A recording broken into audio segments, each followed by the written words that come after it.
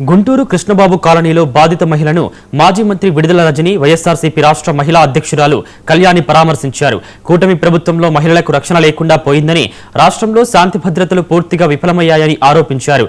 బాధిత కుటుంబానికి వైఎస్ఆర్సీపీ అండగా ఉంటుందని భరోసా వ్యక్తం చేస్తూ ఘటనపై ప్రభుత్వం, పోలీసులు, స్థానిక ఎమ్మెల్యేపై తీవ్ర విమర్శలు చేశారు. ఈ గుంటూరు నగరంలో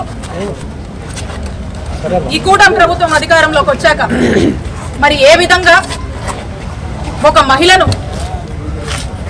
వివస్త్రణకు గురి చేసి ఎంత దారుణమైనటువంటి ఘటన చోటు చేసుకుందో మనం అందరం కూడా చూసాము, విన్నాము. మరి ఈరోజు ఇక్కడికి మేమంతా వచ్చి మా నాయకుడు జగన్మోహన్ రెడ్డి గారి ఆదేశాల మేరకు వైఎస్ఆర్ కాంగ్రెస్ పార్టీకి సంబంధించినటువంటి మహిళలు మేమంతా కూడా వచ్చి ఈరోజు ఆ బాధిత మహిళని కలిసి తనకు ఓదార్పునిచ్చి తనకు మేమంతా ఉన్నామని చెప్పి ఒక మారల్ సపోర్ట్ గా నిలబడడం జరిగింది. అలాగే వారి కుటుంబాన్ని కూడా పరామర్శించి అసలు ఏం జరిగింది, ఈ గొడవ ఎలా మొదలైంది, ఏమేం జరిగింది అని వారి మాటల్లో అడిగి తెలుసుకోవడం జరిగింది.